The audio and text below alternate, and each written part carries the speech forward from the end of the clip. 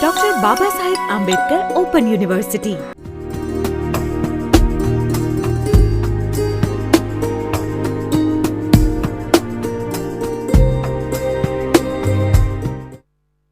Next transaction is purchased goods from Pranjal, rupees 10,000. Now friends, when the name, remember it very well, when the name of a supplier is mentioned, we have to assume it to be a credit transaction. Here it is not informed that whether it is a cash transaction or credit transaction, but when the name of supplier is mentioned, it is assumed to be the credit purchase transaction.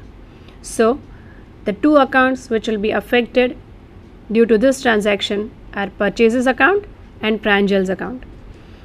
Purchases account are goods account, that is real account, and as per the rule of real account, debit what comes in, goods are coming in, so purchases account will have to be debited. And Pranjal is a giver, Pranjal is a person, natural person, she is selling you the goods on credit, so she is giving you the goods, not receiving anything. Right now she is just giving, so she is said to be the giver, creditor. Because she is giving, the rule of real account is, personal account is debit the receiver, credit the giver. Pranjal is a giver, so we have to credit the account of Pranjal. So in this transaction, purchase goods from Pranjal, rupees 10,000. The account that will be debited is purchases, debit what comes in, and the account which will be credited is Pranjal's account. We have to debit purchases account and credit Pranjal's account.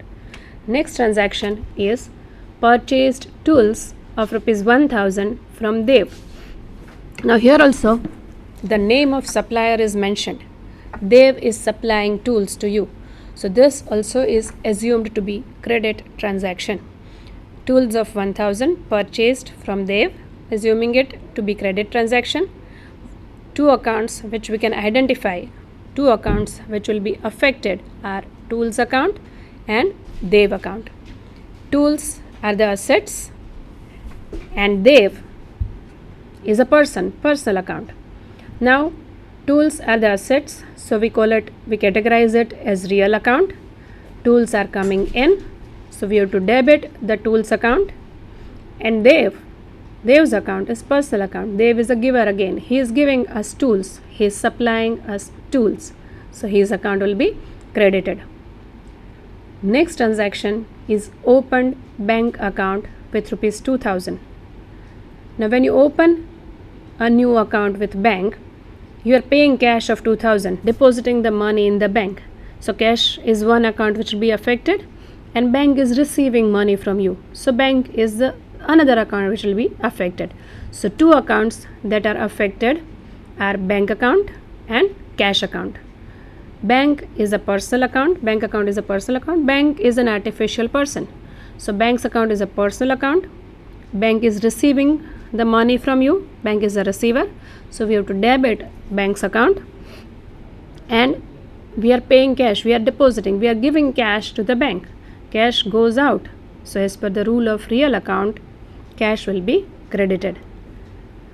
Now friends, there is a contradiction, a little controversy in bank account. Some authors in accountancy recognize bank account also as real account, because bank balance, just like cash on hand, bank balance is also an asset.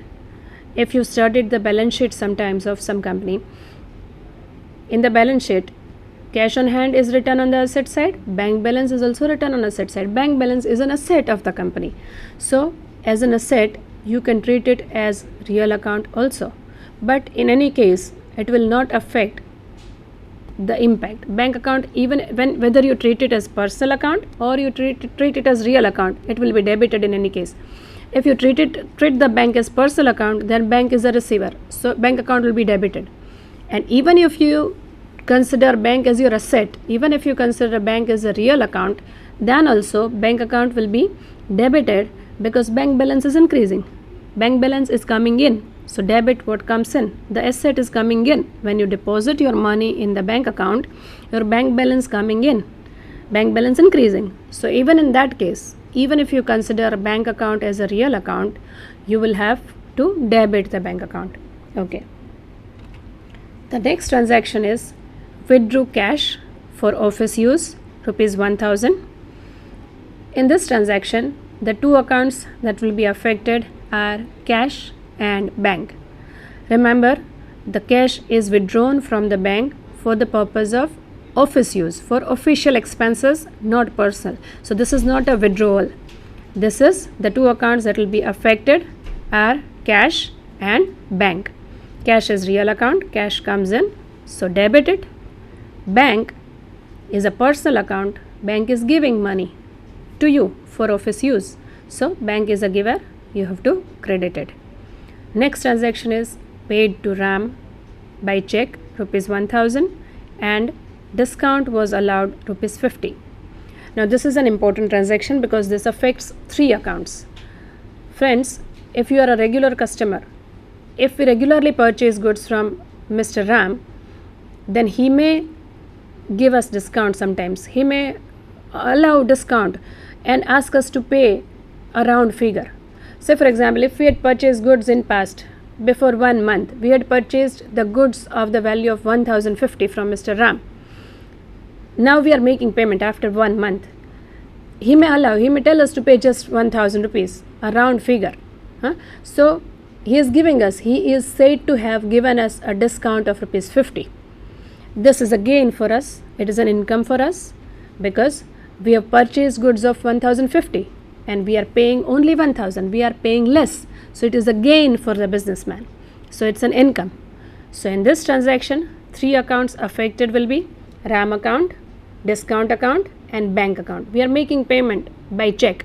So three accounts that will be affected are RAM account, discount account and bank account. RAM is a receiver. We are making payment to him. So his account will be debited. Discount account will be credited because it's an income. And bank is a giver. Bank will be making payment on our behalf to Mr. Ram. So bank is a giver. Bank account will be credited. Now here the amount, you have to be careful. Ram's account has to be debited with the full amount 1050. We are settling his account. He had given us goods of 1050. We are making payment of only 1000, but his account is settled, no dues remaining. So his account will be debited with the full amount 1050. But on the credit side, 1050 rupees are to be credited in two parts. In discount account, we will credit 50 rupees. In the bank account, we will credit 1000. We are giving a check of 1000. So 1000 rupees will be credited in bank account. We are earning a discount of 50 rupees. So 50 rupees will be credited in discount account. The next transaction is Krishna paid his due amount and discount allowed 5%. This is a reverse transaction.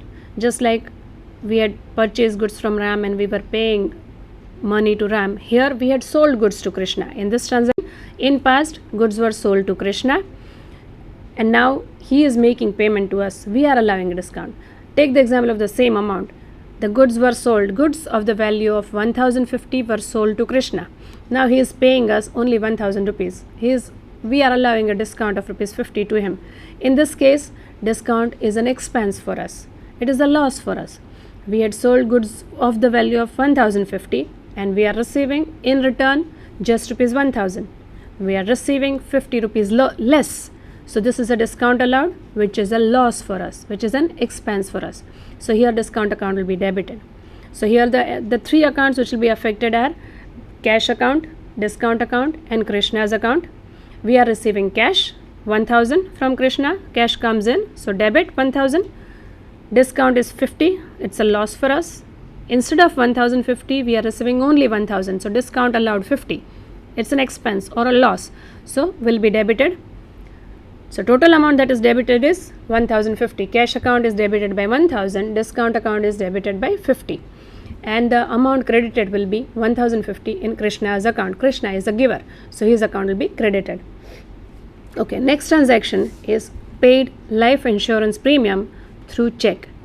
Now remember friends, life insurance premium is a personal expense. The insurance premium on your life policy has to be borne by you personally. The businessman has to personally bear. It is his personal expense.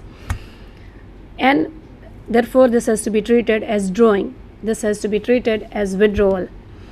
He is paying it from his business bank account. So it is treated as drawing. And another account it affected will be bank. Bank is the giver. bank is giving money on behalf of businessman to the life insurance company. So two of accounts that will be affected are drawing and bank. Withdrawal is always debited, drawing account has to be debited, and bank is a giver, so bank account will be as per the rule of no personal account. Bank is a giver, so bank's account will be credited. Now if you borrowed from Nagrik Cooperative Society for buying a machine and the money borrowed are directly deposited into bank, if this is a transaction, which two accounts will be affected? Money are being deposited into bank directly. Loan taken from Nagrik Cooperative Society deposited into bank, your bank account. So bank is one account that will be affected, and Nagrik Cooperative Society's loan account is the another account which will be affected. So bank is a receiver. You are giving money, depositing money in the bank. So as per the rule of personal account, bank is a receiver and it will be debited. Nagrik Cooperative Society's loan account is a representative personal account. It represents the cooperative society. The loan account represents the cooperative society. It is a giver. Society is a giver. It is giving you money. So the account of the society will be credited. In the next transaction, you can see paid advance to suppliers for goods. You are regularly purchasing goods from one supplier and you are making payment. Suppose if sometimes you make payment in advance, then this is known as advance to suppliers. This is again a representative personal account. The advances to supplier represents the supplier. The supplier is a receiver in this case. As per the rule of personal account, debit the receiver, credit the giver. Supplier is the receiver, so you have to debit the supplier's account. And you are paying cash, you are giving advances in cash to your suppliers. Cash goes out, so cash account will have to be credited. And look at this, goods of rupees 1200 sold to Kevin and purchased furniture against goods. Here in this case, cash is not involved. This is exchange of goods. Goods are exchanged with furniture. You are purchasing goods of 1200 and instead of paying 1200 in cash, you are giving furniture. So goods of rupees 1200 are sold and furniture is purchased. You are giving goods, purchasing furniture. Both are real accounts. Furniture and goods both are real account. Rule applies is debit what comes in, credit what goes out. Furniture is coming in, goods are going out. So furniture should be debited, goods account should be credited. Finally, the last example, paid rupees 10,000 as salary to the accountant through check. If you make payment of salary in check, then two accounts that are affected are salary account and bank account.